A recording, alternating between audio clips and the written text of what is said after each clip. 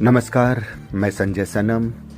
YouTube के सभी viewers का हृदय से अभिवादन। व्यूवर्स, सबकी नज़र बंगाल के राजनीतिक घमासान पर है। क्या ममता बनर्जी कमबैक करेगी? ये सवाल भी है और इसका जवाब हम प्रश्न कुंडली के माध्यम से बहुत पहले दे चुके हैं कि ममता बनर्जी बड़े संघर्ष और बड़ी विकट जटिल परिस्थितियों के बाद भी किसी न किसी रूप में बंगाल में पुनः सरकार बनाने की स्थिति में दिख रही है। चाहे उन्हें लेफ्ट और कांग्रेस का समर्थन लेना पड़ सकता है, लेकिन सरकार ममता बनर्जी की बनती हमारे ग्रह नक्षत्र प्रश्न कुंडली के आधार पर हमें यह बता रहे हैं। वो बात हमने पहले कह दी थी। आज मुद्दा यह है कि नंदीग्राम में जहां से ममता बनर्जी चुनाव लड़ रही है और कभी अपने ही खास, यूं कहूं राइट हैंड रहे शुभेंदु अधिकारी के साथ संघर्ष कर रही है, यानी ममता बनर्जी की यह लड़ाई बहुत कंफर्ट जोन में नहीं है, बहुत पेचीदा फंसी हुई है और कोई भी ये नहीं कह सकता कि नंदीग्राम में ममता बनर्जी जीत रही है या शुभेंदु अधिकारी जीत रहे हैं, क्योंकि दोनों की टक्कर बड़ी कड़ी है। कांटे की टक्कर में नंदीग्राम की ये सीट फंसी हुई है।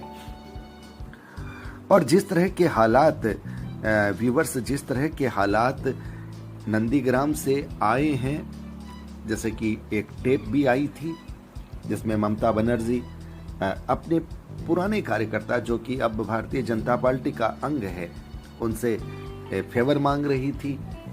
तो ये टेप ये बता रही है कि ममता बनर्जी अंदर से कितनी कमजोर है और उन्हें भी ये एहसास है कि ये सीट उनके लिए बहुत सुरक्षित नहीं है। और दूसरी तरफ अगर राजनीतिक समीकरण की मैं बात करूं तो एक बार ऐसा लगा था जब लेफ्ट ने मुस्लिम उम्मीदवार को नहीं उतार करके वहां पर एक मीनाक्षी मुखर्जी साहिबा हैं उनको संभवतः टिकट दिया था, तब एक बार यह लगा था कि ये हिंदू वोट के बीच में कुछ न कुछ काट होगी, हिंदू वोट ही कहीं ना कहीं शिफ्ट होंगे और इसका लाभ ममता बनर्जी को मिलेगा। लेकिन अभी कुछ दिन पहले जो सिद्दीकी साहब हैं, जो कि ममता बनर्जी के कभी खास हुआ करते थे लेकिन अब लेफ्ट और कांग्रेस के साथ गठबंधन में हैं, तो उन्होंने बताया है कि मीनाक्षी मुखर्जी को लेकर के वहां उन्होंने नंदीग्राम में दौरा किया है और मुस्लिम मतदाताओं का वोट शिफ्ट उन्होंने मीनाक्षी मुखर्जी की तरफ किया है। तो ये ममता बनर्जी के लिए निश्चित रूप से खतरे की घंटी बन गई है। राजनीतिक समीकरण अभी बहुत बदलेंगे। अभी 4-5 दिन बाकी हैं, संभवतः 1 अप्रैल को चुनाव है, तो राजनीतिक समीकरण अभी भी बदलेंगे। लेकिन ग्रह नक्षत्र क्या कहते हैं, हम ग्रहों की गणित में जाते हैं। और आज हमारी प्रश्न कुंडली का सवाल है कि क्या नंदीग्राम से ममता बनर्जी जीत पाएगी? 29 मार्च 2021 7:37 और मैं कोशिश करता हूं कि यहाँ पर आपको मैं सेकंड दूं। 7:37 पुणे महाराष्ट्र से मैंने ये प्रश्न लिया है। केपी होरारी नंबर 83 है, आइनमान से केपी न्यू। और यहाँ से जाकर के जब मैंने ये चार्ट देखा है, केपी चार्ट चूंकि हमें देखना पड़ता है, तो केपी चार्ट को देखते ही ममता बनर्जी का लगन का मालिक केपी चार्ट में करक लगन का मालिक चंद्रमा दूसरे भाव में, दूसरा भाव कुटुंब वृद्धि का भाव बताया जाता है, दूसरा भाव धन वृद्धि का भाव भी बताया जाता है। और चूंकि लगन का ये दूसरा भाव है तो कहीं न कहीं लगन को भी बढ़ा रहा है और अपोजिशन के लिए ये 8 नंबर बन करके हर्डल्स पैदा कर रहा है। लेकिन दूसरे भाव की गणित को हम देखेंगे तो ये चंद्रमा 1 नंबर पे है, 2 नंबर पे है और चंद्रमा अपने ही नक्षत्र में है, इसलिए फिर वो 1 और 2 की बात को बता रहा है। और चंद्रमा का उप नक्षत्र जो है वो मरकरी है और सब लॉर्ड है वो चंद्रमा का मंगल है। अब मैं यहां पर आकर देखूं तो मरकरी 8 नंबर में फंसा हुआ है, यानी उप नक्षत्र चंद्रमा का 8 नंबर में फंसा हुआ है, जो कि 12वें घर का मालिक है, तीसरे घर का मालिक है और खुद 8 में है। तो 3, 8, 12 ये ममता बनर्जी के लिए उप नक्षत्र माइनस हो गया है, बहुत बड़ा माइनस हो गया है। चंद्रमा अपने ही नक्षत्र में है, अपने आप को मजबूत कर रहा है, शत्रु को बाधा दे रहा है, क्योंकि शत्रु के भाव में है, 2 नंबर में है, जो कि शत्रु का अष्टम स्थान होता है। लेकिन चंद्रमा का उपनक्षत्र मरकरी है और मरकरी यहाँ पर स्थिति में डाउन हो गया है। और मैं चंद्रमा की बात इतनी इसलिए कर रहा हूँ व्यूअर्स, क्योंकि ममता बनर्जी को इस वक्त इस प्रश्न कुंडली में चंद्रमा की दशा ही चल रही है, माफ कीजिएगा, बुध की अंतरदशा चल रही है और मंगल का जो है प्रत्यंतर चल रहा है। तो इसलिए तीनों चीजें यहाँ पर महत्वपूर्ण हो जाती है। लगन का मालिक महत्वपूर्ण इसलिए हो जाता है क्योंकि दशा भी उसकी है। मरकरी इसलिए महत्वपूर्ण हो जाता है, ये चंद्रमा का उपनक्षत्र भी है और मरकरी यहाँ पर अष्टम स्थान में फंसा हुआ है, 3 और 12 घर का मालिक होकर के। मरकरी की अगर गणित में मैं जाऊं तो मरकरी का नक्षत्र जुपिटर है, उप नक्षत्र मरकरी है और उप नक्षत्र सैटर्न है। अब चलिए थोड़ा सा जुपिटर को देख लेते हैं। जुपिटर मंगल के नक्षत्र में है और जुपिटर जब मंगल के नक्षत्र में है तो जुपिटर यहाँ पर कहाँ है? यहाँ पर जुपिटर 2 नंबर में भी है, यहाँ पर जुपिटर 4 नंबर में भी है, यहाँ पर जुपिटर 6 नंबर में भी है यानी विनर नंबर, यहाँ पर जुपिटर 8 नंबर में भी है यानी हर्डल नंबर, और यहाँ पर जुपिटर 12 नंबर में भी है यानी लॉस का नंबर। यानी मरकरी का पेच ममता बनर्जी के लिए काफी हद तक फंसा हुआ लग रहा है। हालांकि मरकरी 9 नंबर भी बोल रहा है, 8 नंबर भी बोल रहा है, 2 नंबर भी बोल रहा है, मरकरी 3 नंबर भी बोल रहा है, मरकरी 5 नंबर भी बोल रहा है। तो मरकरी निश्चित रूप से ममता बनर्जी के लिए कहीं ना कहीं खतरे की घंटी बना हुआ है। अब आप ये देखिए, दशा ममता बनर्जी के अनुकूल है।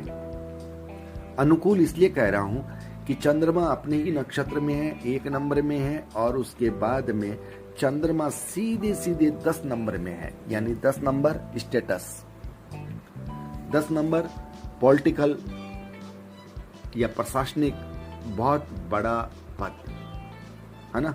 तो ये 10 नंबर ममता बनर्जी के लिए अनुकूल है, यानी दशा अनुकूल है, अंतरदशा प्रतिकूल है, इसलिए संघर्ष बहुत कड़ा है। अब चलते हैं प्रत्यंतर पर, बात टिकती है प्रत्यंतर पर आकर के। प्रत्यंतर को मैं जब देखता हूं तो मंगल चंद्रमा के नक्षत्र में है, इसका मतलब मंगल फिर 1 to 10 को अपने हिसाब से बता रहा है और मंगल 10वें घर में बैठा भी है। यह बात भी नोट कीजिएगा कि मंगल 10वें घर में बैठा है लेकिन नक्षत्र चंद्रमा का है, और जब नक्षत्र मंगल का चंद्रमा है और तो चंद्रमा अपना फल दिखाएगा। मंगल के साथ राहु भी बैठा है और राहु भी कहीं न कहीं आप ये कहिए कि चंद्रमा के नक्षत्र में है, इसलिए मंगल की जो गणित है, अब उस गणित में हम चलते हैं। मंगल 3 नंबर पे है, मंगल कस्पल की गणित में 5 पे है, मंगल कस्पल की गणित पे 6 पे है, 7 पे है और 11 पे है, यानी 9 में है और 11 में है, 10 में भी है। तो मंगल की गणित कस्पल के हिसाब से काफी हद तक ममता बनर्जी के फेवर में जाती हुई दिख रही है, यानी यहाँ पर मंगल ममता बनर्जी के लिए लाभदायक संकेत बनकर के खड़ा हो गया है। अब आप ये कह सकते हैं अंतरदशा ममता बनर्जी के को अनफेवर कर रही है, पूरी की पूरी बाजी उलट रही है, लेकिन आखिर मोड़ पर ममता बनर्जी को लाइफ लाइन दे रहा है ये मंगल। तो अब चलिए अब अपन सीधा दशा में चलते हैं। दशा जैसा कि मैंने आपको कहा कि चंद्रमा की दशा है और चंद्रमा की दशा में मंगल की माफ कीजिएगा, बुध की अंतरदशा है। और मंगल 9/4/2021 तक मंगल है, यानी जब चुनाव हो रहा है तब मंगल है। लेकिन इस एक बात आपको और बता दूं, यहां पर सूक्ष्म अंतर में केतु आ रहा है और केतु ममता बनर्जी के लिए बहुत खराब है। और ये 29 मार्च से 1 अप्रैल की समय अवधि है, यानी 1 अप्रैल को जब चुनाव होना है, जो कि जहां तक मेरी जानकारी है नंदीग्राम की सीट पर 1 अप्रैल को चुनाव होना है। और अगर ये सही है तो फिर ये मान के चलिए कि 29 मार्च से 1 अप्रैल का टाइम ममता बनर्जी के लिए टफ टाइम रहेगा और ममता बनर्जी को चोट भी लग सकती है। कोई ऐसी घटना रहस्यमय हो सकती है जो ममता बनर्जी को कहीं न कहीं मन में तकलीफ पैदा करे। यानी ये जो बात आ रही है, यहाँ पर आप ये कह सकते हैं कि ममता बनर्जी के लिए ये समय कुछ अनुकूल कम है। लेकिन केतु ये पूरे समय के लिए नहीं है, उसके बाद में सूक्ष्म अंतर प्राण अंतर में वेनस और सूर्य भी कहीं ना कहीं प्राण अंतर में आता है, इसलिए वहां पर ये प्रभाव हल्का पड़ेगा। लेकिन अब हमारी जो स्थिति है, हमको तो सीधा परिणाम देखना है कि जब परिणाम आता है उस वक्त ये दशा क्या कहती है। तो जब परिणाम आ रहा है उस वक्त दशा किसकी चल रही है? उस वक्त दशा चल रही है राहु की, और 2 तारीख को आपका परिणाम है। 2 तारीख को जब परिणाम है तब ये मून में मरकरी में राहु में सेटर्न। अब आप ये देखिए, अब हमको राहु को पढ़ना पड़ेगा और अब हमको सेटर्न को भी पढ़ना पड़ेगा। और जब हम राहु को पढ़ेंगे तो जैसा कि मैंने आपको कहा कि राहु केपी यानी उस कुंडली में, राशि कुंडली की बात नहीं कर रहा हूं मैं, केपी चार्ट की बात कर रहा हूं, वहां पर राहु 10वें स्थान में मंगल के साथ है और चंद्रमा के नक्षत्र में है। कसपल में देखूं तो कसपल में राहु 3 नंबर में है, कसपल में राहु 9 नंबर में है। तो ये ममता बनर्जी के माइनस की बात कहीं नहीं जा रही, यानी ये ममता बनर्जी के लिए न्यूट्रल, और न्यूट्रल से भी कुछ आप ये कह सकते हैं, अगर वैदिक से कहूं तो सपोर्टिव, अगर केपी से चूंकि हम कर रहे हैं तो 10 नंबर से ये 12वां नंबर है, इसलिए यहाँ पर कहीं न कहीं स्टेटस में थोड़ी सी बाधा देता दिख रहा है। अब जो सब यानी प्राण अंतर की बात आती है दशा के हिसाब से, तो वो आता है सेटर्न का। अब सेटर्न को अगर मैं देखूं तो सेटर्न 1 नंबर में भी है, सेटर्न 5 में भी है, यानी अपोजिशन का 11वां भाव। सेटर्न 6 में नहीं है, सेटर्न 7 में है, सेटर्न 10 में है, यह ममता बनर्जी के लिए बहुत फेवरेबल भाव है। सेटर्न 11 में है, यह ममता बनर्जी के लिए बहुत फेवरेबल भाव है। सेटर्न 12 में नहीं है। तो इस हिसाब से अगर सेटर्न की गणित साथ में जुड़ जाती है, जो कि 2 तारीख की समय अवधि में जो रिजल्ट की समय अवधि है, वो ममता बनर्जी को आखिरी समय पर लाइफलाइन दे रहा है। अब लाइफलाइन दे रहा है, इसको हम कैसे समझेंगे? इसको हम ऐसे समझेंगे कि हारती हारती या कड़ी टक्कर में फंसी हुई सीट ममता बनर्जी किसी न किसी रूप से उसे जीत सकती है। यानी ममता बनर्जी की जीतने की संभावना शुभेंदु अधिकारी से चाहे 1% ज्यादा हो गई हो, लेकिन हो गई है। आप ये समझते हैं 19-21 का मामला है, 19 में शुभेंदु अधिकारी लग रहे हैं, 21 में ममता बनर्जी लग रही है। बहुत कम मार्जिन की लड़ाई होगी ऐसा लग रहा है, और कांटे की टक्कर में कभी शुभेंदु आगे लगेंगे, कभी ममता आगे लगेगी, और आखिर में जाते जाते ऐसा लगता है कि ममता बनर्जी इस सीट पर अपना कब्जा कर ले। चूंकि ये पहली बार ही नंदीग्राम पे लड़ रही है, तो ये अपनी जीत का सेहरा यहाँ से बांध सकती है। लेकिन ये जीत बहुत कड़वी होगी, ये जीत बहुत संघर्षपूर्ण होगी।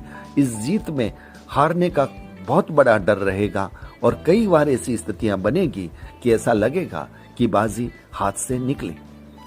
तो इस हिसाब से ये प्रश्न कुंडली मैंने आपको आज बताई है नंदीग्राम की सीट पर।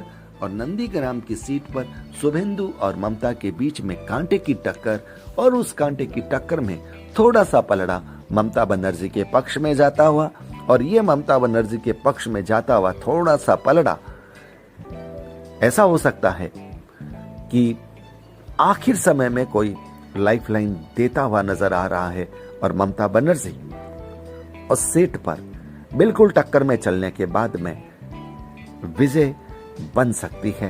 ये प्रश्न कुंडली में जो सैटर्न जो आखिरी दौर में जो आप ये कहते हैं कि महादशा, अंतरदशा, प्रत्यंतर, सूक्ष्म अंतर और प्राण अंतर, ये प्राण अंतर का जो दौर है सैटर्न, वो ममता बनर्जी को कहीं ना कहीं लाइफ लाइन दे रहा है। और सैटर्न वहां पर उनके 6th भाव में भी बैठा है। ये भी एक विक्ट्री का संकेत है जो कि उनकी केपी की गणित में है। तो ममता बनर्जी नंदीग्राम से फतेह कर सकती है, ये हमारा जो है ज्योतिष का विश्लेषण बता रहा है। तो व्यूअर्स, वीडियो को लाइक कीजिएगा, शेयर कीजिएगा, चैनल पर अगर नए आए हैं तो सब्सक्राइब करना मत भूलिएगा, बेल बटन को दबा दीजिएगा। आप हमारे डिजिटल फर्स्ट न्यूज को ज्वाइन भी कर सकते हैं। बहुत बहुत आभार।